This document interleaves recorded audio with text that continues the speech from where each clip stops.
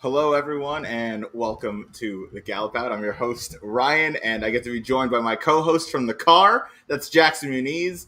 And Kaylee Shapiro plus one. We get Matthew DeSantis here, too, for the price of one. How's everybody doing? Doing great. Yeah, doing well. Just trying to stay cool up in Saratoga. I'd imagine you guys out in California are enjoying a little bit of cooler weather, maybe, hopefully. It was about 92 degrees today. So it's pretty warm, and I think by the end of the show, you'll see what temperature it is up by where Jackson's at. By him just sitting baking in the car. We're gonna go over all of the graded stakes at Monmouth Park this Saturday. Jackson's Wi-Fi may have lost Jackson a little bit there, but that's okay because our other guest is going to be joining us. He's the racetrack announcer at Monmouth Park. I know he's looking forward to Haskell Day. He's going to get to call a bunch of horses led by your, I guess, second place in the 3-year-old division in journalism. But that is Matt Dinerman. Matt, what's going on? Happy belated birthday. Thank you. Happy Haskell week. I guess I could throw it back at you. How are you guys doing today? Doing well. Happy belated birthday. Yeah, happy belated. 33 years young and another year around the sun. So we're looking forward to it. There we go. Matt, before we dive into this Haskell week and Haskell Day sequence, how's the season been going so far? How's the season been going so far? It's been going well. I mean, we've had some challenges.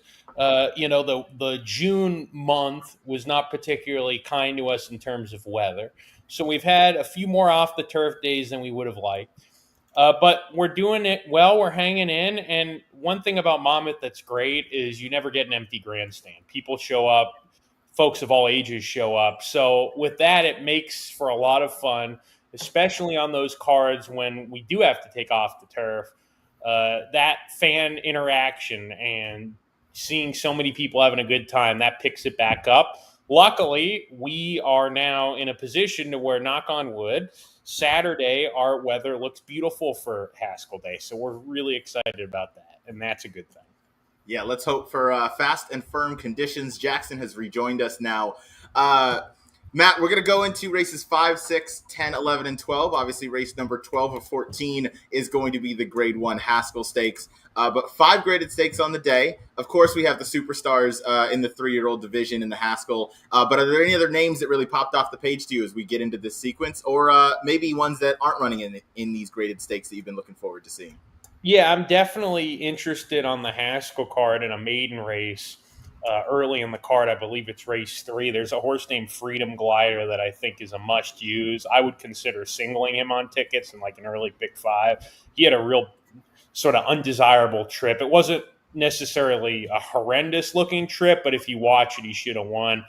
This horse is a very nice horse for Colts Next stable, Jorge Duarte Jr. So he's sort of a play on the undercard that I am at the very least expecting him to run a very, very good race and a full field on the turf there. But looking at the United Nations, I think besides the Haskell, that's definitely the race of the day. It's probably the best betting race on the card, really good quality. And then the Molly Pitcher really came up strong. I'm expecting maybe a couple scratches there, but nonetheless, even if we have a field of 6 or 7, maybe we'll get lucky and we'll keep an 8th horse in there. It's a very good quality race. So there's just a lot of good races on the program. And it looks like a top card anywhere in the country, whether it's Saratoga, Del Mar, Kentucky, somewhere else. Not just on Saturday, but just throughout the year. You look at this card and you say to yourself, this is a A-plus type of card. Definitely, and I think the jockey colony in town speaks for that.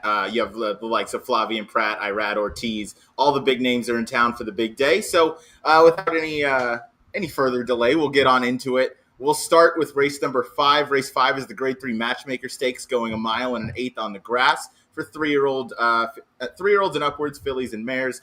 I'll throw the picks up on the screen. Jackson went 5.64. Kaylee went 5.21. Matthew went 5.36.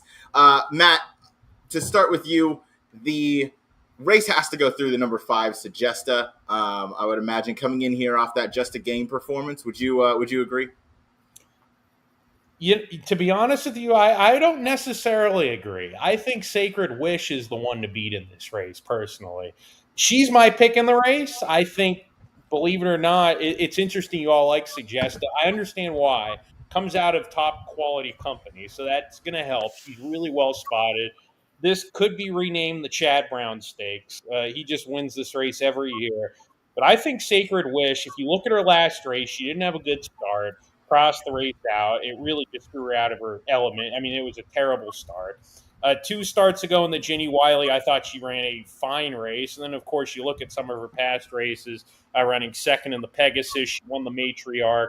I think she's got some quality about her. So I'm going to pick Sacred Wish in here. I also think Spaladay, another Chad Brown filly, is interesting. Sagesta is certainly the best runner, but what I like about Spaladay, she's royally bred, but more than that, I really like her kick. She showed a really nice kick, has really shown an affinity for this turf course. So if she can show that same kick, I think she's got a shot to outrun her odds. I don't know what the morning line odds are, but she's not going to go off lower than her stablemate Sagesta. But I'm going to pick Sacred Wish in here, take a shot. I like it going against the Chad Browns in this race. All of my co-hosts here and Matthew have all picked the number 5 Sagesta, so I'll spin the wheel. And Kaylee, you'll lead us off. Why did Sagesta land the top billing for you?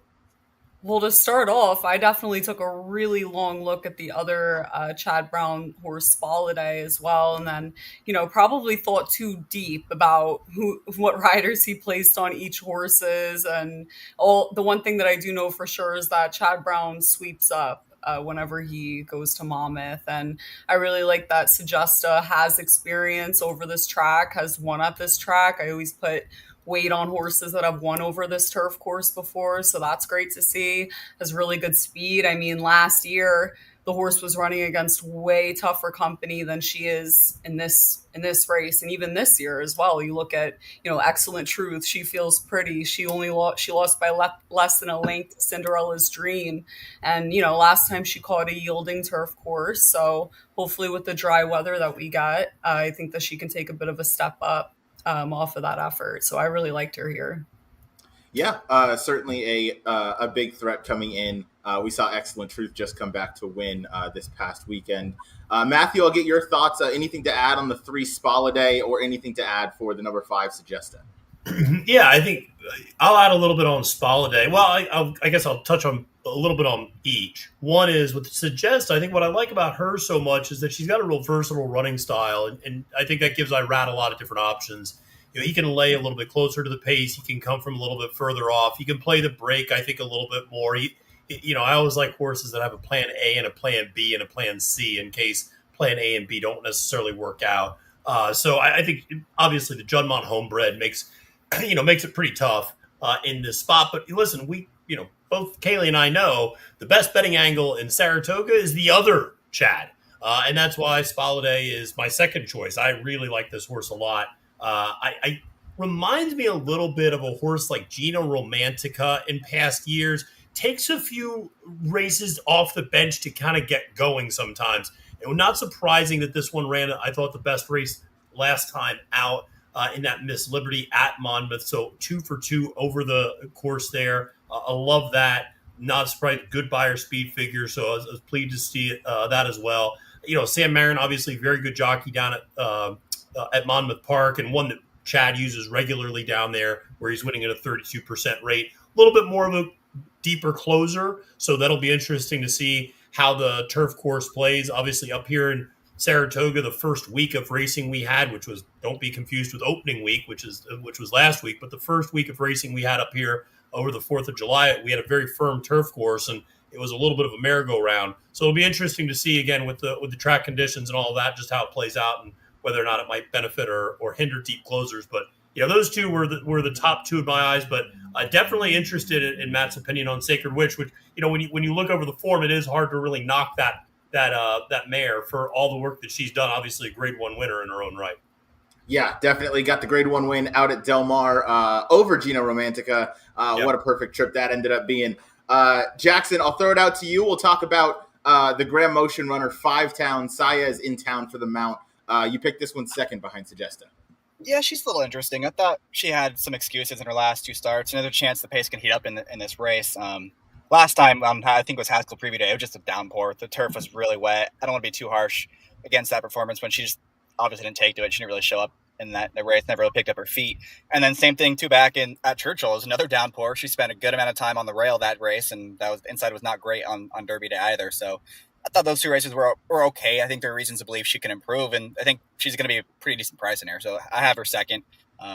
I'm very curious to see how they bet this race, though. I mean, I have the 5 on top, assuming Sacred Wish was going to be the favorite, but, the more I think about it, maybe I have that wrong. And Sacred Wish is obviously very live, too. I tossed her completely just because I didn't want the 2 favorites in my top picks, but if she ends up being a decent kind of price, I could see myself using Sacred Wish instead of the 5. There you go. Yeah, I would feel confident saying the Chad Browns, regardless of overall talent, I think Sagesta is probably going to go off as the favorite, just with those connections. And I read money in a place like Monmouth. But before we pivot to the next race, why don't you touch on No Mo Candy, a horse you have in third? Just a speedy type. Maybe if no one else wants to go, she can get loose in this spot. I mean, I think you'd be forgiving last time in the Mint Julep. They were very, very fast, and she was pressing the pace from an outside post. That was her first start in many months. And, that race in the Pebbles race at Aqueduct last fall would make her pretty competitive against this group. And if she takes any kind of step forward from 3 to 4, why can't she be right there too? Yeah, definitely. I'm willing to excuse the race in Kentucky because, Matthew, help me out. What is Saffie Joseph's record in Kentucky in stakes races? I believe it's now 0-54. There we go. So I'll go ahead and give that an excuse, and I'll give him a chance to, right the ship out here. Last one we'll talk about is going to be the rail horse. Kaylee, you have this one in third. What did you like about Gray Osh? Pratt ends up taking the mount for the 3rd Chad Brown runner in the race. Yeah, definitely. I mean, this is probably the other Chad, but maybe the other Chad. I'm not really quite sure, but this horse has run some pretty good races at the 1.8 distance, at least has experience going that distance. Hasn't really been able to get the job done in the last 3 starts, but again, has been running against way tougher company, I think, than she's facing here. So I kind of put her third just at the thought that she could take a piece, and also has a decent amount of speed to close into as well. Yeah, definitely. This one has some tactical ability, but yeah, definitely likes to make that one run, comes third off the bench. Matt, before we move on to the next race, you can see up in the top right, the diagram shows that this race starts in the turf chute. Do you notice any particular I don't necessarily want to say bias, but is there a place, you really, maybe a post position that's been way more beneficial coming out of the chute versus just starting on either the stretch or the backside? I think it's pretty fair. I think looking here, I think especially, for example, here at Monmouth, maybe if there's a chute like Del Mar, where in California, just the way races develop are a little bit different. They're a little more aggressive.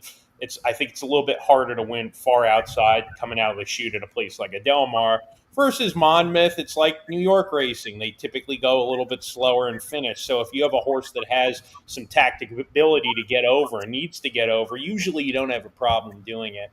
I have seen this track, believe it or not, when the rails are out, sort of tend to lean towards off the pace horses, believe it or not, which is sort of totally contradictory to what we usually see with the rails out. The rails will be in this time around. It'll be at 0 feet today, and we've only had it one time with the rails all the way in at 0 this year. All right, well, there we go. Thank you for that insight for how the turf course plays and the rail distance. We'll move on now to race number 6, but first recap in race 5. Jackson went 5-6-4, Kaylee 5-2-1, Matthew 5-3-6, and Matt Dinerman's top choice in the race is the number 2 Sacred Wish. If you notice that my name is not scrolling on the bottom, it is because I have literally had maybe 30 minutes in my entire week to look at horse racing past performances this week. So I have races 11 and 12 for y'all, but 5, 6, and 10, I'm going to go ahead and let the A-plus crew that's with me take us through those. And luckily with Matthew joining, that's one more person with some awesome analysis. So I feel taken care of. Going into race number 6, it's the Monmouth Cup Stakes. We're going 1 1/8 on the dirt. I'll throw the picks up on the screen. Jackson went 4.35. Kaylee went 4.35. Matthew went 4.36.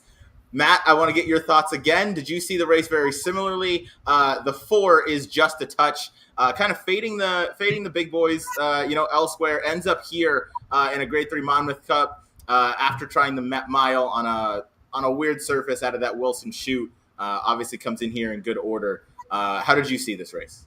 I'm sure at least on paper, it appears he's a standout in this race. He looks like he's just a better horse, a faster horse. Should get a pretty good trip close to the pace. Doesn't appear he needs the lead, but also appears that he's best when he's right there. So I don't expect that to be an issue for him.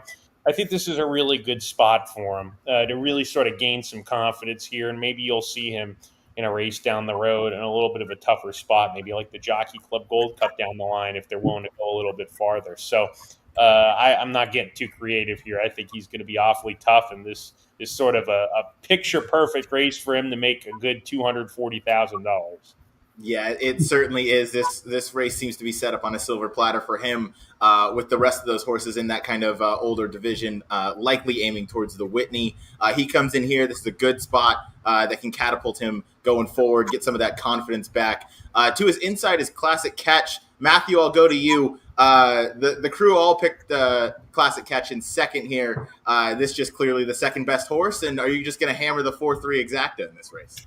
I think probably. I mean, it does seem to be the second best horse. Todd seems to have this one really pointing in the right direction, seems to do well at the distance, particularly recently. And again, I think is, has kept good company against this type of competition. I think the one concern that I would have with Classic Catch is just the running style of coming from off the pace. Matt knows this, and Monmouth can be a little bit of a speed favoring track and can be a track that holds up front end speed, as by the way most dirt tracks are. And so I would say that sometimes you do have to worry about a horse like Classic Catch. If a horse like Just a Touch and maybe one other scoot away a little bit on the front end, do they just kind of get tough to track down in that regard? But I think clearly on the numbers, certainly the second best horse in the race and connections that you tend to trust. Yeah, definitely connections that you trust really well. The number 5, Cadet Corps, is a horse that Kaylee, you and Jackson both picked in third. First, anything to add on either your favorite Just a Touch or Classic Catch? And then if not, go ahead and take it away for Cadet Corps. Yeah, I mean, Just a Touch, he's definitely a very strong single here. I haven't taken a look at the sequences with this race included, but I imagine I'm going to get involved just to structure it around that horse. I think, he towers over the field, not much to add, and probably using this as some sort of prep, maybe for the Whitney, who knows. But for sure, I mean, this horse that I have in third, Kelly Breen, always does a great job, obviously, at Monmouth. Pretty dominant there at that track, and this horse I viewed as just the third best in the race, and I think that the horse has proven that he does well at this distance as well. So yeah, I kind of just saw him as a clear-cut third, and also he has a pretty good jockey aboard. I haven't really looked back. I think maybe he's been on him once, but Javier Castellano is taking over on this horse, so that definitely stuck out to me as well. Definitely. Jackson, anything to add? You and Kaylee both picked the race 4.35, Matthew with the 4.3. This race, obviously, it feels like a good place to narrow. If you have nothing to add, how would you bet this race? It will be my question to you. I would just treat Just a Touch as a free square and whatever horizontal you want to play, whether it's a double, pick 3, pick 4. I mean, this race is just tailor-made for him. There's just no other speed in here. He's just supposed to win this thing. So that's what I would do. Just bet a double. Whoever you like the race before, the race after, bet the double, trade it as a little inflated win price, and go from there. There we go. Pretty simple. We'll keep it moving through race. Actually, Matthew, if you want to touch on the number 6, Surface to Air, before we get out of here, this is the last horse we'll talk about in this race. Yeah, not a ton to add here. I mean, it's just a horse that I feel like should move forward a little bit here in terms of second back from a little bit of a layoff. Last 2 times out has gotten stuck over a sloppy track. Finished third last time out to Bishop's Bay and Nelson Avenue. So, it's been running against decent competition. Has shown, when this horse switched off of Lasix a little bit earlier in its career, you weren't quite sure, ran in the Monmouth Cup last year and was kind of a non-factor in that race. I think this year's Monmouth Cup maybe comes up a little bit lighter. Because last year you had Tapit Trice and Highland Falls, coming out of that. Highland Falls, of course, then, as Matt said, kind of goes on to win the Jockey Club Gold Cup in his next start, the Grade 1. So I thought Surface Air, again, at a little bit of a price, might be an interesting one to throw in underneath, depending if people really hammer Classic Catch as that second choice. Maybe throw this one in more like an 8-1 price or something like that. Yeah, I like it. Could definitely be used to spice up some of those exotics. Moving on from race number 6, the Grade 3 Monmouth Cup. Jackson went 4.35, as did Kaylee, and Matthew went 4.36 with just a touch, looking awful tough in that spot. Next race we'll go to is race number 10. It's the Grade 3 Molly Pitcher Stakes, going a mile and a 16th on the dirt. Picks are up on the screen. Jackson going 7.83, Kaylee 1.82, Matthew 1.84. And as usual, Matt, we'll start with your thoughts on the race. Got some big names in here in that older filly and mare division, such as Randomized. Down on the rail, you have Candide, who's coming into her 4-year-old season really nicely. How did you view the race, and who do you think is going to be the favorite here? Well, I don't think there's an abundance of pace in here. I think there's a little bit, but I don't think it's going to be super speedy. I'm going to take a shot with this local now horse, Majestic Oops. I'm going to take a real chance with her. Yeah, I get it. She's not the class of the race. She will need to take a little step forward to beat this field, if not a pretty big leap forward. But I believe that sometimes these mares, when they start getting good, they get good. And looking at her pedigree, she's by a sire who is exactly what she appears to be, which is sort of a late blooming type of horse. She's getting better with every race. Her 2-back win over Hoosier Filly, she could have won that race by open legs. She beat a colt easily last time over the wet surface, but I don't think that was a product of the wet surface. She's got tactical speed. She should work out a good trip. The one concern I have with her is not just the class, but she's one that when she runs these big races, she's got things her own way turning for home. She's there. She needs to show us that, because it will be pretty much definite this time with tougher company, that she's going to be going head and head at the top of the lane, and she's going to have to show some grit this time around. But I think the price will be right. I think she's going to work out a good trip. And this is one of these races that, even though Dorth Fader comes off a Grade 1 win, it was on the wet surface. She's one that could run very well. I expect her to, but I think Majestic Oops is a better bet. She's not the best horse in the race, at least doesn't appear on paper, but she's the best bet for me. And I think that she will put in a good account of herself. I like it. Yeah, going with Majestic Oops, a horse that I would assume you're very familiar with, having spent her winter at Oaklawn, now up at Monmouth. You've seen this horse nonstop throughout every few weeks in 2025 so far. So Majestic Oops at a nice price. We're gonna go dive down to the rail, and Kaylee and Matthew, I'll let you guys take it away on the number 1 Candide coming in here for Todd Pletcher, Irad Ortiz aboard. Yeah, Candide is, I thought that this race, first of all, is a very strong race. I looked at it for a decent amount of time. It's another great betting race, but I did land on the 1 Candide. I didn't see, an abundance of speed, but at the same time, I won't be surprised if horses are closing or making up ground. I think it's going to be a decent pace, but Candide fits the bill. Kind of no matter what pace you get. She has really good tactical speed. You look back, she dominates at this distance as well, at the mile and a 16th distance. The Double Dog Dare, you can kind of, talk that was a funky race for sure.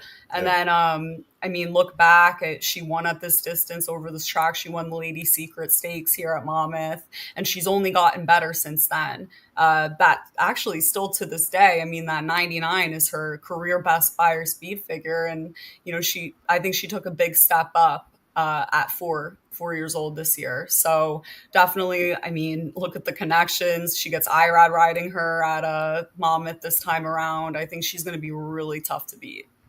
Yeah, I think she's come into her 4-year-old season really nicely. Go ahead, Matthew. Yeah, I would just say, I think you can look at this race as Randomized and Majestic Oops probably up on the front end. And one of the things that, I think we've seen with Randomized is when she gets things absolutely her own way. It's funny, Matt was mentioning this with Majestic Oops, but I think you could say it just as well for randomized. When she gets things her own way, man, she looks great. The second anybody puts a little bit of pressure on her, yeah, it's over. She folds like a chair. So, I think, we saw that last year with Idiomatic, where Idiomatic won the battle and lost the war in the personal ensign. I won't get into the ride that Florent Giroux gave that day, but we're moving on to Candied. And I think this one, third back in the form cycle, essentially. And yeah, coming off that really impressive effort at Pimlico last time out, I just think Irad puts this one right in the pocket behind the early speed. And just at the top of the lane, either the rail opens up because it's North American racing and the rail always opens up, or or he tips out. So I just think he sits the absolute perfect trip with Candied, and I just think she's really good. And I like a horse like Power Squeeze a little bit, but man, I agree with Matt. I don't know about the closing. Like, she's such a closer in that type of a race, and I feel like she's a horse that's more built for the Alabama, going the mile and a quarter, which she won last year. So yeah, for me, Candied made a lot of sense, and I'll let Jackson talk about some of the horses on the outside. Yeah, we're going to switch to the outside there. Good points on Candy. Jackson, you went with the other Todd Pletcher entrant as your top pick with the number 7 Leslie's Rose. No rider, so you gotta love the weight break there. Yeah, she's got to take advantage in this spot. Look, you look at her 2 races in the slot. One was the Kentucky Oaks, the other was Ogden Phipps. She just hated it. Obviously, she didn't show up in either of those 2 starts. I think you just toss them. And then, the 2-back race was actually okay. The comeback race going 1 turn, that was a merry-go-round race. We finished close third. Like, Racing Come Back Live, Hollow Nice, and Arthur's Answer both came back to win. Both came back to improve. And that's not even really her game. Her game is going 2 turns, sitting just off the pace. And we kind of mentioned there's not a whole lot of speed outside of randomized. I think she can just sit second or third, stay in the clear the whole time, and have every chance to stop the threat. Her best races are much every. You're going underwater, sir. I don't know. I'll add something though. I don't know if she's running in this race because she's entered in New York. My theory, this isn't confirmed, but my theory is that they entered her in this race and they said, okay, if it comes up wet in New York, we're going to ship to Monmouth. If it comes up dry, we'll run in New York because they don't have a rider on. One of my pet peeves, by the way, is these rules at these racetracks in the Mid-Atlantic. You don't have to name a rider on in stakes races. I think I don't mean to be negative, but it's just name a rider on the horse, please. Yeah, I mean, that is mind-boggling. I certainly agree. I'd rather see Wesley Ward, name like Kieran Schumark on a dirt sprinter than just have no rider. At least we have some idea. Well, half the time they don't name a rider and then they scratch, and the reason is because they're thinking, do I want to scratch? Do I want to run? And then you start overanalyzing it as a handicapper, and you're trying to figure out if they're going to scratch or not. But anyway, that'll be the only negative comment for me on the broadcast here. I'm just forewarning. It appears that would be the move here. And just to follow up on Matt's point, at least the positive of that is that the Chuvy is the day before. So, going in, people will have a little bit of time to know. Yes. Okay, on Friday, all right, well, Leslie's Rose is running up in New York. She won't be down in New Jersey. So it won't be a morning of sort of a thing where all of a sudden the race really changes dynamics. So people handicapping the night before, things like that, can easily start, putting their late pick 5 tickets together and things like that with a little bit better knowledge of who's running and who's not. Yeah, that's a good point. We'll go outside to the number 8 Power Squeeze that Matthew touched on a little bit. Maybe, really thrives at that mile and a quarter distance, but does have a couple wins going today's distance. Matt, I'll turn to you to continue your opinion. What did you think about Power Squeeze coming into this spot? I agreed with what Matthew says. She's very much a grinder, and she showed it last time out. She did, in my opinion, she didn't have the greatest trip last time just because she was wide in a small field. She got parked deep into the first turn in a small field, parked deep into the far turn, was early on not that quick out of the gate, so she was last in a position where the others sort of got the jump on her, and it was just sort of a merry-go-round race. It was a small field. It just ended up playing out to be a bit of a weird pace scenario, which we find sometimes in these small fields. That said, I just don't think she has the kick to win a race like this. I think a horse like Candy, who has showed kick in her races, Darth Vader has showed kick in her races, Majestic Oops has shown kick in her recent races. I just think Power Squeeze is a great use underneath. But if I'm playing multi-race bets, she's off the ticket on the win end. Yeah, I can. I agree with a lot of those points that you made. Kaylee, I'll go to you. Any thoughts to add on Power Squeeze? And then please take it away with the number 2, Occult, who you picked in third. Yeah, for sure. I agree with what Matt said. I mean, I'm probably going to be singling Candied here just because she's probably going to be a short price. I viewed it like, randomized, Majestic Oops, and Dorth Vader are all going to want to be forward. They're probably all going to soften each other up. Candied should set a nice trip, but I think that there should be a decent amount of pace, and Power Squeeze won't be too far out of it either at the same time, has experience over this track. And I mean, I think it's not talked about enough how good this horse ran against White Abario. I understand maybe it looks like she didn't do much running, but I think she held her own against that horse, and that's one of the best horses in the country. So for sure that I put some more weight on Power Squeeze, experience over the track. Buyers fit really well with the group, and with that, I think that there's going to be a decent amount of pace, and Occult, I think should be able to close into it. Last time out at Monmouth, she didn't make up a ton of ground, but it was a sloppy sealed track, and she ran a decent race in the Lady Secret. I think she's going to come back pretty strong off of that effort. And I mean, definitely third back off a pretty long layoff. You'd imagine she's just going to continue to improve. Keeneland, first off the bench, probably a little bit in over her head. Weird race. Next time out, sloppy sealed track. So I'd imagine she's going to take a step up. She's not cross-entered anywhere, so I don't know why she doesn't have a rider. Honestly, I thought about it, and I was wondering if randomized was even in this race in the first place to try to, help out and be used as a rabbit like she was against Torpedo Anna for Raging Sea. I thought maybe it would have been a similar scenario here. So it'll be interesting to see if, there's a rider listed eventually. Probably change my opinion a bit about randomized and her, if she scratches. But yeah, for right now, I have her third. I like it. Those are some good thoughts on Occult. Yeah, no idea why there's no rider listed. Jackson, would love to get your thoughts on the number 3 randomized. Flavien Prat's going to be riding for what appears to be the first time. What do you like about this runner? Am I above water for now? You are. You're treading water. Okay. Treading water right now.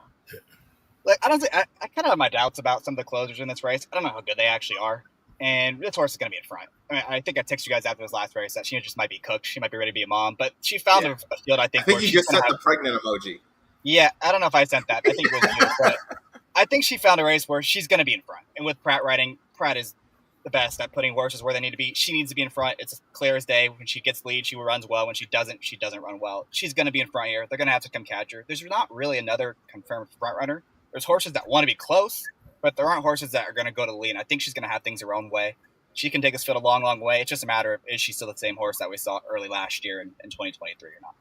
Yeah, maybe she just needed a couple starts to get going. Maybe she just really didn't like the sloppy track last time out at Saratoga. Couldn't really blame her there. That track kind of changed out of nowhere in a matter of minutes. That was a freak storm that came through. I was out there that day with you, Kaylee, and you, Matthew. And it was I did not leave the track dry. I'll say that much. Last one was, actually, we already touched on Majestic Oops. But Matthew, I forgot if I got any additional thoughts from you on the 4 here. No, I thought Matt hit on all the big points that I wanted to mention, and just think that this one is pretty live in this sort of a spot. Definitely. So I'll open it up. No love for Dorth Vader here, huh? Comes off a grade 1 win. Fluke last race. I'm gonna say it. It's a fluke. You were there that day. I think that's why I'm all the way against Lacara in the Coaching Club American Oaks. I think that horse is. I'm just gonna say it. I'm gonna say it, Kaylee. She's a fraud. She's a fraud. I think Dorth Vader is more of a fraud than. Was it not me this time? Hallelujah. Dorth Vader. The first race she won in, I think, since she was 3. Yeah, and she romped at Gulfstream Park at 47-1. Yeah. I just think the track changed so much that day after the rainstorm. That is hard to really take a lot of it. And Andy Serling made this point earlier today, so I don't want to take credit for it. But Andy said this, and he's absolutely right. The track changed considerably after that rainstorm, and I just don't think you can trust the form to translate over. And yeah, I get scared when I see that sort of thing. And it's not to Matt's point, sometimes you see a race over a sloppy track and you go, well, the result wasn't impacted because of the sloppy track. Other times you see it and you go, that was 100% because of the sloppy track. And I think that was one of those with Darth Vader, I think Lucara as well, the same sort of a situation. So I'll be playing against both of them on Saturday. Listen, prepared to be wrong about both, but I'll take my chances. I also think the Molly pitcher should be a grade 2. That's what I'm going to campaign for. This is certainly a strong. So too. This is a really you can't strong argue with this field. Yeah. This should be a grade 2 the same way the Alfred G. Vanderbilt should be a grade 1. I think both of those deserve upgrades. I don't know how. That conversation itself could take hours on end. The problem with Darth Vader, it's not like the race came out of absolutely nowhere, though. Like, she has plenty of black glass where she runs really well. The La Troyenne, she had a lot of trouble in that race. She probably could have been a lot closer there. And yeah, she's the only horse that handled the track last time. But again, it's not like it came out of absolutely nowhere. It all depends on the price. If she's a favorite in here, yeah, you toss her. But if they're gonna let her go off at 5 or 6 to 1, I think you got to use her. I mean, she's a horse that never takes any kind of money, and she might be a big price again. There's no reason why she won't run a good race and run an effective race based on her recent form. But you touched on it. This game is about finding value, and if she's the favorite, she's not a great bet versus others in here that have class as well, and they've got speed figures to back up the fact that this is actually a very competitive race with 4 grade 1 winners in this race, by the way. So it's a good race. It's a very good race. Very well put. Definitely deserves to be above a grade 3. But to wrap up the picks, Jackson went 7-8-3, Kaylee won 8-2, Matthew won 8-4. Now we move on to the top 2 races on the day. The grade 2 United Nations going 1 mile and 3/8 on the turf.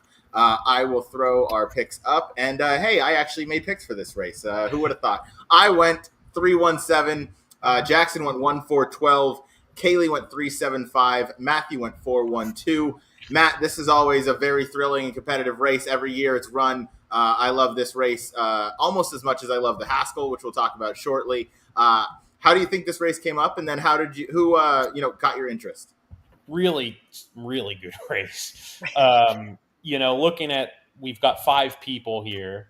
4 people have selected different top picks, and that pretty much says what you need to know about this type of race. Definitely a race that you sit here and you just stare at and you stare at and you stare at it some more and you look at it and you're like, how about this one and how about that one, and the pace is going to be this, and I think I sat here for like an hour trying to make a pick because I couldn't figure out who I really liked in this race. If you can narrow things down and get it done, kudos to you, because I sure can't. I picked Rebel Red in this race. In my determining my decision in that, you've got a lot of these horses here that they're around, they run good races, but they don't recently, as of late, have gotten the job done at these 1.5 mile, 1 3/8 races. Like Limited Liability, who's a very good horse, but he hasn't been able to really get the job done. And you've got a horse like Redistricting, who looked super over this turf course last time, but he got a very easy lead that day, and it was going 1 1/8 miles. I think he'll do well at 1 3/8 miles. Grand Sonata is a horse that on his best days right there, and we saw that last year when Get Smokin' and Tawny Port were 3 across the track, and Get Smokin' won the race. They're all back in, but they're not ones you can trust necessarily to win on the win end. What I like about Rebel Red, though, is he comes off a win. I think there is a little more pace in this race. I think Get Smokin's going to ensure a decent pace, and I think this horse is going to run on into it, and I just feel that this horse is really going to improve off that last run. I also like there's versatility here. Last time out, he was, I thought, really far behind. I was surprised he was that far back and thought he ran a really big race because he didn't really get that much of a pace to chase. But if you look at a couple of races, he's run well sitting close to the pace. So I think he's more versatile than maybe his deep closing style last time out indicates here, and he's going to be the pick for me. Yeah, I like it. Rebel Red, obviously a very talented horse.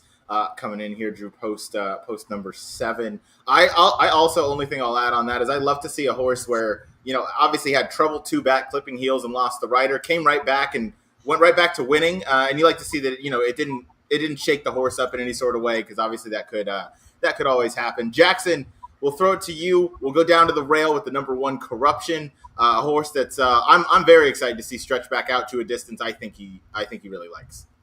Yeah, I was a little worried he might become the wise guy in this race. And looking at our picks, I get the feeling that might become the case because most of us have him somewhere. He's kind of the fresher face, right? Lightly raced, 4-year-old improving. And he's done really nothing wrong in his last 3 starts. The Pan American, he took it to the wire with Farbridge. Farbridge is kind of clearly the best marathon horse we have right now. The race at Churchill was great. Went to the front, wired that field pretty easily. And then last time in the Manhattan, I thought he had a bit of an underrated trip where he was, the inside was so good that whole weekend at Saratoga on the inner. And that race was on the inner. He was wide the entire race. And it was probably a little shorter than he wanted. It came against a better field than he's facing here. I just thought it was not as bad as it may look on paper. Now he's drawn on the inside, stretching back out to a marathon. I think there's things to like. He's going to be fourthly placed. He doesn't need the lead necessarily either. And I'm hoping he's going to be a good enough price. I want like 6-ish to 1 on him. I don't know if you're necessarily going to get that, but this is a wide open race, and hopefully we do get that kind of price. I certainly think there's a chance you could get that. And yeah, I think the Manhattan, I think if it was at its original distance of 1.25 miles, I think it would certainly fit a horse like Corruption a lot better. It got, obviously there was a whole bunch of weather that went on in Saratoga that weekend. So we ended up going 1.125 miles. So got that run in, and you mentioned just kind of ran in place. Is probably going to appreciate the stretch out. Might end up being that wise guy horse. Kaylee, you and I landed on the 3 redistricting. I would love to hear your thoughts on this runner. Yeah, this was a race I had a really hard time making a decision in as well. When I first glanced at it, I was going to go with Rebel Red. And then I looked more, pulled some stats. I mean, we know Chad Brown is really dominant when he ships into Monmouth for sure. But something that really helped me make the decision is knowing that he's 18 for 53 in graded stakes at Monmouth, 34% on the turf, 38%. So those are some really impressive stats. And I put Cherie second. I mean, she's 3 for 11, 27% shipping into Monmouth compared to 17% overall. So, 2 really strong stats there, but redistricting is going to try this distance for the first time. You look at the pedigree, you'd imagine it's going to be no problem with the influence of that sire. And I think that, he could sit second maybe and sit a nice trip or sit third, but I think that he can take them gate to wire here, similar to what he did last time. I see him up on the lead here. I don't know if anyone's going to want to go with him at first, and he might just take them all the way if he's able to get the distance. So I'd imagine that he's going to be a pretty short price. If so, I'd probably end up singling him, but I thought that this was a really tough race. And I wanted to lean on those Chad stats a little bit here. Yeah, competitive race, and I ended up with redistricting just because this is just a strong A play for me. I love when these two team up. This looked to be a purposeful ship out for the Monmouth listed stakes last time out to just kind of get a run over the course. Probably had this race in mind. Obviously showed a bit of a new dimension in that race, going to the lead and never really looking back. Kicked away from the field. He was much the best against, so he won in all the ways that he should have. But I think coming in here, having that recent run over the track, I like to see. Stretching out, I don't think the distance is going to be an issue. Jackson, I noticed you left this horse out of your top 3. Is it because you're still scratching your head over that ride in the Seabiscuit that he got last year? No, I don't know. I feel like he's going to be overbet. It's Chad, it's Pratt, it's all these things. He has a monster performance last time, giant buyer. He's going to take a lot of money in here. He'll vie for favoritism, and he's got questions to answer. I mean, I disagree with Kay a little bit. I'd be very surprised if he's on the lead again in this field, but he's still more than capable of coming from off the pace and running well. That wouldn't be the issue for me. It's just the price. We were surprised he was on the lead last time. I think he was the best horse, and there was not that much pace in it, and Flavian said, the heck with it, we're going. But that Smokin's going to gun from post 10, so I would agree with you. Redistricting will be stocking this time around. Yeah. Jackson and Matthew will go to you. Matthew, I'll actually go to you first. You have the 4 limited liability on top. This is a horse I had to sign the divorce papers with. He's burned me too many times to count. But you're giving this one another chance. Comes in here, and I do think he likes this distance maybe among his favorites. Yeah, I mean, listen, I'm never going to sign divorce papers with Shug McGahee on the turf. I'm not. So, Kaylee and I had the pleasure of talking to Shug this week on the Right or Wrong podcast with Nick Zito, and Nick said something. He goes, "There's not a better trainer at training a horse to cover a distance of ground than Shug McGahee," and that's 100% accurate, in my opinion. No, listen, I know this horse has been the bridesmaid a lot. and a close bridesmaid, second by a neck, third by a head. You see a lot of that. And it is a little frustrating.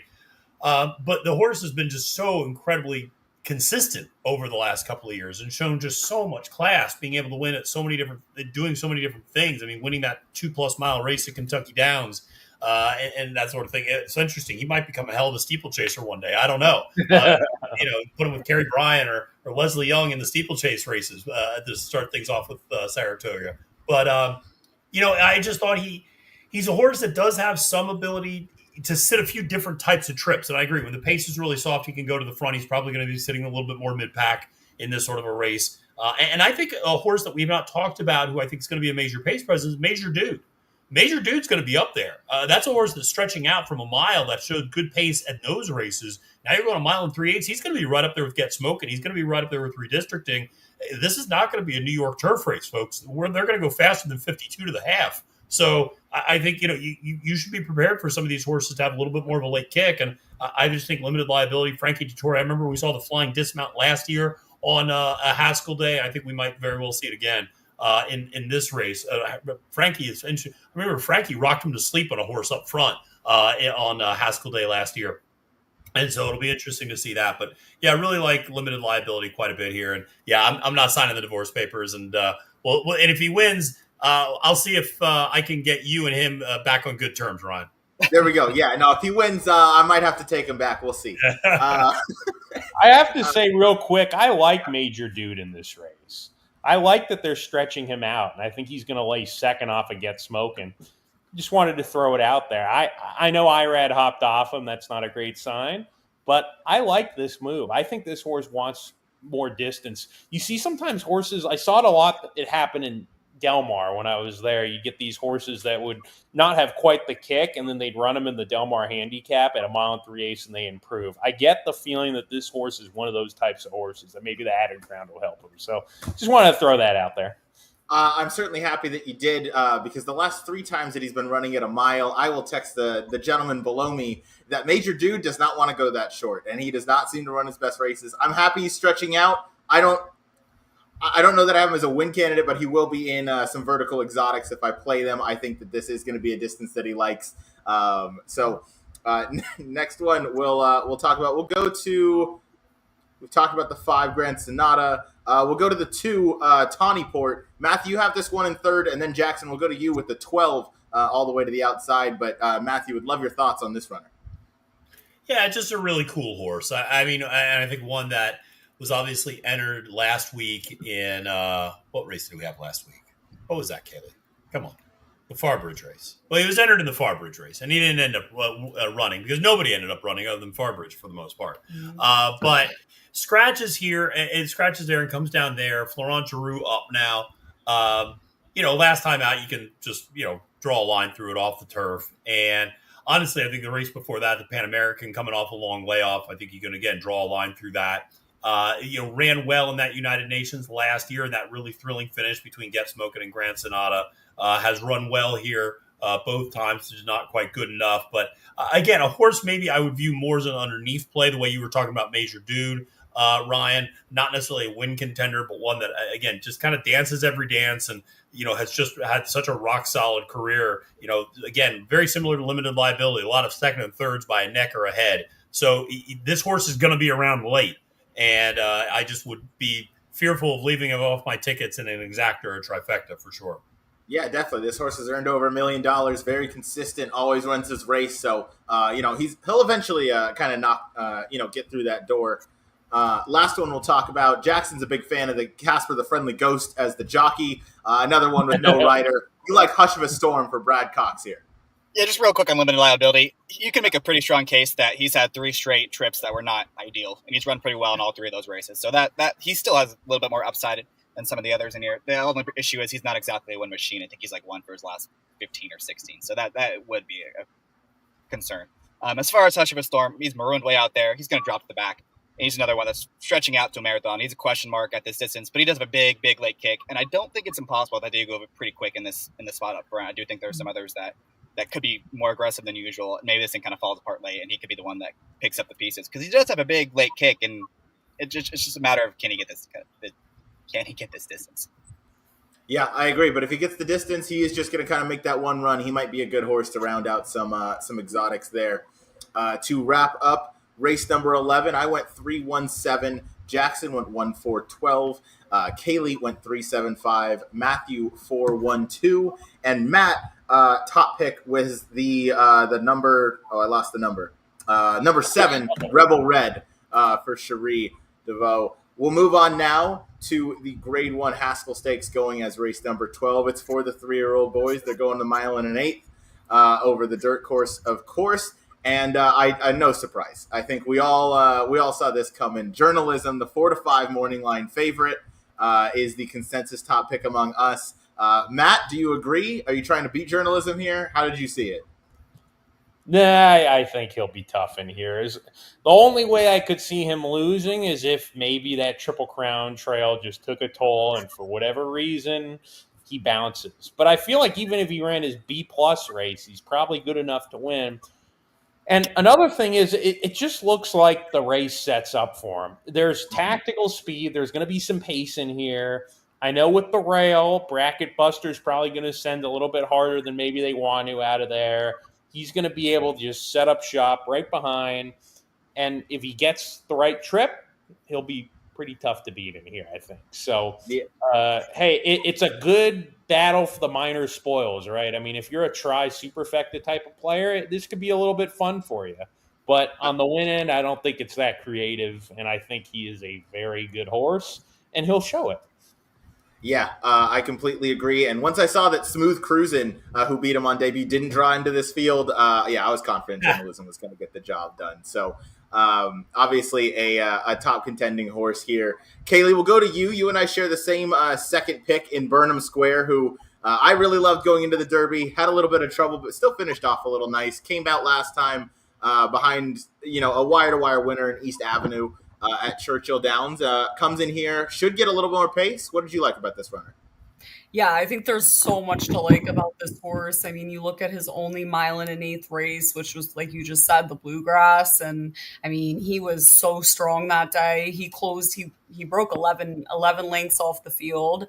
East Avenue was running the race of his life and basically got loose at Keeneland. And this horse was able to run him down very impressively. And I think that we can see a similar scenario here. We're talking about journalism, the fact that journalism is going to get a lot of pace to close into. And granted, I think journalism wins easily here. But Matt brought it up that the number 1 Bracket Buster is going to go. And then you catch some of these local horses as well, sometimes in the Haskell. And I mean, their only shot is to go out and go as fast as they can. And I think there's one even that's a sprinter, run some pretty fast races and just stretched out for the first time last time. So yeah, I think there's going to be a really decent pace. And Burnham Square, mile and an eighth distance, if you just isolate that one race, I mean, that seems to be the perfect distance for him.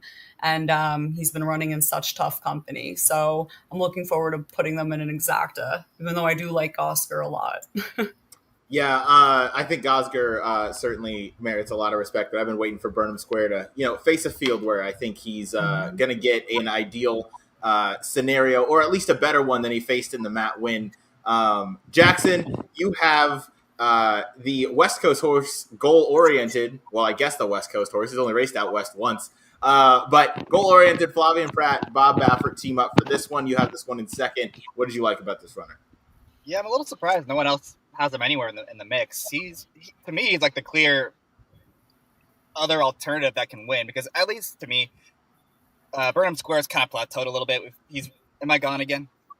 No, I hear this. Okay, Ryan was making a face. Ryan was making a face. I had to take a look at it. Plateaued. Yeah, sorry. Go ahead. Yeah, it's run 96. The Derby had a little bit of trouble. He came back and ran 96 again, and I mean, I guess he can take another step forward. But I think goal-oriented had some legit excuses on Derby Day. Even when he won, he was on the rail the whole time. The rail was dead that day, and he still got the job done that day. And in the Preakness, he was the one that took the worst of it. I mean, obviously the Atchison horse was done too, but he was trying to hold position. He had runs and he was battling, got knocked off stride, and then kind of just faded in that race. And I think that race was better than it looked. I don't think he would have won. I don't think he would have been exacta, but he would have been a lot closer than he ended up being in the Preakness. Now he's running on the outside. He's working really, really well out at San Diego. I mean, they're bringing him out here for a reason. Rodriguez is not out here for a reason because they believe in this horse, and he's going to get a good trip on the outside. He's going to just do his thing, be able to play the break. He's the upside horse for me. I think if anyone steps up in beach journalism, I think it's going to be him. I'm not betting on that happening, but I do think if someone steps up and goes out in beach journalism, it'll be goal oriented. Okay, before I give you my thoughts on that, can we have a little, our usual bet where I'll take Burnham Square finishing ahead of goal oriented here? Of course. I want to get in on this too. Oh yeah, we bet $1, Kaylee, so it's high stakes. Yeah. Everybody, 1, 2, 3. Matt, you in too? I'll do it. All right. A lot of money on this race. There we go. I think that's like $3 to the winner. All right, that is those are fair points on goal oriented. Obviously, working really strongly since coming out of the Preakness. There, got some time off. I assume that race took a lot out of him. That was turning for home. That was some bully ball with those 3 horses down on the rail. But of course, all of our top pick journalism managed to just punch everybody in the face. And he ran down this horse. That is Gosger. Matt, this is the horse you picked in second. Obviously, a very improved race in the Preakness coming out of the Lexington Stakes. Just seems to kind of be getting better. Do you think this one has any upset potential, or is this going to be an exacta kind of play for you? Yeah, I think for me it's an exacta kind of play. I really like Gosger, and Kaylee did too. I mean, Kaylee hit the exacta straight in that Preakness. I hedged. I put goal oriented second. What a stupid choice by my end. But Spafford. Yeah, I know it's Spafford. Yeah, and he finished 4th. So what did that do? Tell me how good his 3-year-olds have been stretching out this year. It's just, what are we gonna have? Cave Rock come out of nowhere? Come on, stop it. He dominates the Haskell until he doesn't, and so we're gonna bank on him not doing that. But the reality is that when you look at a horse like Gosger, Brendan Walsh had a plan. When Brendan Walsh has a plan, get out of the way. He knew after that Lexington he was going to the Preakness. All I had to hear about from people was, he always sits the perfect trip and his numbers aren't fast enough. Hooey. You sit the perfect trip by having the ability to sit the perfect trip. Gosger has that ability to sit the perfect trip. Some horses just always fall into the perfect trip because they have the tactical ability to sit that trip and they match with their rider well. And so I just think, you look at a horse like Gosger, this race sets up perfectly because there is going to be some speed. Wild and Crazy Nights, Bracket Buster. There's a couple of horses that are going to want to go out in the front end. He's going to track right off of that pace. He's going to get first run at them just like he did in the Preakness. And he's going to, potentially inherit the lead or get to the front. Now, he's got a pretty serious horse tracking him down coming from behind. And that's going to be an issue. But I think he absolutely can move forward and improve upon that 97 Beyer speed figure last time out. It was promising, I think, that Brendan immediately knew after that Preakness where they were going to go next. He said, listen, we're going to give him a little time off. We're not going to run in the Belmont. We're going to either the Jim Dandy or the Haskell. This was always the plan. That, to me, is very encouraging because I think the next plan after this is going to be the Travers. So I think this is a horse that has a lot of upside potential. I love this horse's pedigree in terms of Nyquist out of a Tappet mare. And so I'm a big fan of this one. And I just think he's going to run a big race. Yeah, the first thing I want to just touch on and get your guys get all of your thoughts on, as we've touched on the major players in this race, is this group of 3-year-olds this year is sensational. I mean, there are you obviously have the top 2, which I think are pretty undisputed right now in Sovereignty and Journalism, in that order for now. Even in third, you could say it's Baeza because the times that he's faced those top 3-year-olds, he's still finished in third. Underneath him, there are 10 or so horses, maybe 8 to 10 horses that are right in the mix that could easily take a step forward and start challenging these. The Haskell came up a fantastic race. All these 3-year-old races throughout the season have come up really well. Gosger is certainly capable of taking a step forward. Matt, if there was a horse to round out your exacta, who would it be? Well, I'm pretty much on the same wavelength here as Jackson. I think goal-oriented is really the type of horse that I'm looking for underneath.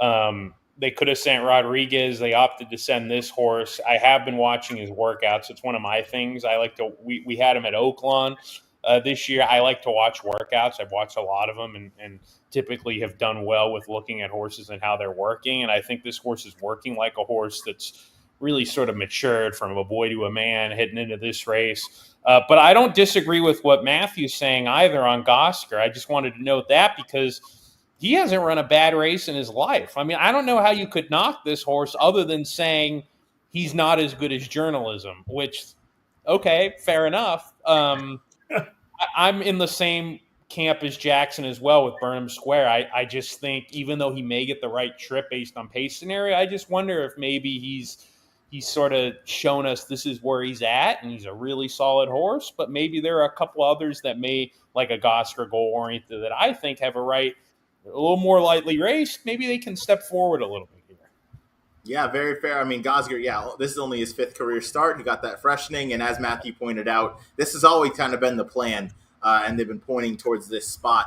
It seems like it's pretty much a 4-horse race, so to speak. I know there's, I believe, 8 in the field, but it's – go ahead, Jackson. The 1-horse race. It's a 1-horse race with 3 horses competing to round out the exacta. No, that's a very good. I need the journalism, sovereignty, magnitude showdown at the Travers. I need it so bad. I need it so bad. I wonder if they're going to go the Go Rocket Ride route. Haskell Pacific Classic. I have a feeling that's what they'll do. I hope they don't, but I think that's probably going to be the plan. Wouldn't surprise me. It wouldn't surprise me either. But I know, credit to McCarthy, credit to the connection. They haven't dodged a single fight this entire 3-year-old season so far. They've danced every dance from, the Triple Crown races, now the Haskell. Baeza's already pointed towards the Travers, so he won't be out west. But, I think from a big picture standpoint, I do think the Pacific Classic probably makes a lot more sense. Get a run over the track at the distance, face older horses, and then, you'll meet all those 3-year-olds again. But if we want to continue the ding-dong battle, these 1, 2, 3-year-olds, I'd be okay with that as well. Yeah, and I think it's one of these things where I believe what they're saying. It's not that they're ducking sovereignty. This is $1 million race versus a $500,000 grade 2. This is $1 million grade 1. So, yeah, they're going to Monmouth. I'm sure if it was reversed, wouldn't surprise me if they went to Saratoga. And, hey, if they run on the Pacific Classic, I don't think that'll be because they're ducking sovereignty. I think it's because, hey, we can keep them in our own backyard. We've shipped a lot this year. Yep. It's still $1 million race. We get a run over the track, which is a prep for the Breeders' Cup. So, but I think all of us here, I can speak for everyone, I think when kudos to the connections they want to compete. This horse is ready to run, and they're running them in races, and good for them. Yeah, absolutely. Matt, go ahead. Oh, Jackson, anything? Just like I've been saying on these shows, it just depends what their goals are with journalism. If they want to be horse of the year, they want to be 3-year-old of the year, they have to go to the Travers. You got to try to level the score of sovereignty. If they only care about winning the Classic, then you go home, stay at home for the Pacific Classic, and you get ready for the Breeders' Cup Classic after that. It just depends what they want to do. Yeah, could be a very interesting 3-year-old campaign if journalism were to win, Haskell, Pacific Classic, and Breeders' Cup over sovereignty. I think you'd have a discussion. I think that's maybe one of the only ways it could be there if sovereignty obviously wins the Travers and and then goes to the Breeders' Cup because he has so many head-to-head victories. But either way, it's going to be a lot of fun to keep an eye on these 3-year-olds as we keep on going throughout the season. This was a lot of fun going through these 5 graded stakes races. Very competitive fields. Matt Dinerman, thank you so much for joining us. I know that you're going to be busy, obviously, at Monmouth this weekend as Del Mar opens up, but I hope to see your dad out at the racetrack. Jackson and I will be there out at Del Mar, so we hope to see him, and then hope to see you come Breeders' Cup season. He will be there. He's already trying to figure out. He said, I'm going to watch this Monmouth card. I got to figure out, do I go at 9 a.m. on Saturday and just watch the whole thing from Del Mar, or do I find a gap in the Monmouth card where I can drive over there? He's already trying to plan this whole thing. So make sure you say hi to him. Some folks that are out there that know what he looks like, say hi. He loves to chat, as you know. Oh, yeah. It's going to be a great time. I know Matthew. I don't. Kaylee, are you coming to Monmouth, or is just Matthew? You're coming too. Wonderful. Yeah, we're both coming. Beautiful. Thanks. Well, it'll be great to see you. It's Ryan and Jackson. It's a party. People have a great time there. The card is great. The weather's supposed to be good, and not that we're going to partake in this particular scenario, but one of the most famous things about Haskell Day is the free bar in the paddock for owners and anybody in the paddock all day long. There's a bar smack dab in the middle of it, free drinks for everyone, and that's what I like to hear. I will say, after the races are over, yes, you can partake in it. Of course. So I remember that was one of my favorite moments from last year. Is I went into the paddock. They're just giving margaritas. Yeah. And I go in, and it's been a long day, and I see the gentleman, Carlos, with Hantes 305. And Morales, great follow and a great guy. And Carlos is sitting there leaning against a tree with a margarita in his hand. And I'm like, I got to get me one of those. And I go over to the lady, and she's like, do you want 2 of them? And I'm like, yes, I do. So I'm double fisting margaritas as I'm walking out of the Haskell paddock. And in walks Jason Worth with Chase Utley. And I'm just like, hey, fellas. And I just like keep walking. So it was, it's an awesome, Monmouth's beautiful. Kaylee, it's your home track. I mean, you grew up right down the road from Monmouth. So yeah, I don't think I've ever missed a Haskell. So definitely really excited. Oh, okay. I didn't know you were there last year. Yeah. She was there last year and helping out, and now she's going to be doing all the analysis. I remember now actually saying hello last year. Now I do remember. Yeah, I remember. Matt, if you're able to pull some strings and maybe move the Haskell up a weekend next year, I'll make it out. But when it's on Del Mar opening weekend, that's a big scheduling conflict over here. I don't think so. I think we got to keep it this way. But you know, right. I know that if you were here, you would be at least enjoying yourself here. If we I would. But you know, it's funny you bring that up, Ryan, and not to belabor a point, but when people talk about changing the Triple Crown, races like the Haskell, the Jim Dandy, Travers, the Pennsylvania Derby, they all get screwed up too as a result of that. Not to mention all the Midwestern Derbies. All those Midwestern Derbies would get screwed up because of that. So the St. Louis Derby, sponsored by Doug O'Neill, that gets a whole wrench thrown into it. Absolutely. The scheduling of it is a nightmare. You know, it's an accordion effect essentially. Yeah, when you schedule one, they're all going to get thrown off. Yeah, I mean, I think right now what's great about this is, and the great part is because journalism's going to the Haskell, that race, and you have Gosker and Goal Oriented and Burnham Square. That's a really nice race. That's a legitimate grade 1 for 3-year-olds. That's great.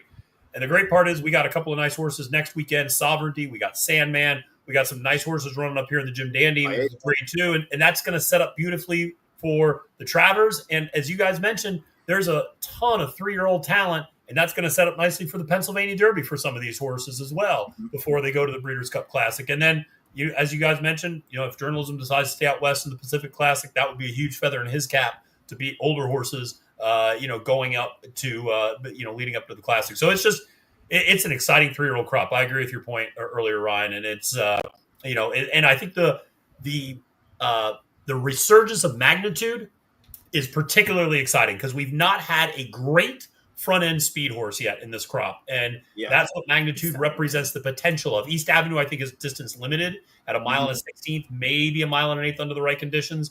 But that's what's so exciting about this potentially in the Travers. Yeah, this is a bit of a host fail. I didn't look up where Magnitude's next potential spot is. Does anybody have Travers? To know? It is going to be the Travers. Yeah, so he's going Iowa Derby to Travers. So the typical path that you take. Yes. Iowa Derby to the Travers. Yes, that's the route we're taking. All right. Well, he's gonna be an interesting betting aspect getting in there because he came back so strong just the way he left off, and obviously you have 2, even 3 very proven top 3-year-olds that are going to be facing up against him. So that's going to be interesting, and we'll certainly have a show covering the Travers. But we'll wrap this one up. Yep. Matt, thank you again for all the time today. That was a ton of fun going through all these races. Always a pleasure to be joined by you. Matthew DeSantis, you as well for joining in on the party today. Made this a party of the 5 of us. Kaylee and Jackson, thank you both as always for being excellent co-hosts. And for everybody watching, thank you. We will see you guys next week, most likely, as we cover probably Jim Dandy week, I would imagine, from Saratoga, because that's always a great race and a good card. But yeah, be sure to go bet at Monmouth Park this weekend. One more time, Matt, with the name of that horse in the maiden race in race number 3. His name's Freedom Glider, so I'm expecting him to run well. Frankie Dettori, I believe, is actually riding him, so that's a positive. And also Buccarino in the Wolf Hill. I thought we were going to go over that race here, so since we didn't, I'll say his name, Draws the Rail. He's a fighter, should love the turf by Bucaro, and I think he's going to run a crackerjack race. There we go. Freedom Glider and Buccarino ready to run crackerjack races. You heard it here from the announcer, Matt Dinerman. Matt, thank you again. I appreciate it. And everybody watching, yes, we will see you later. Good night.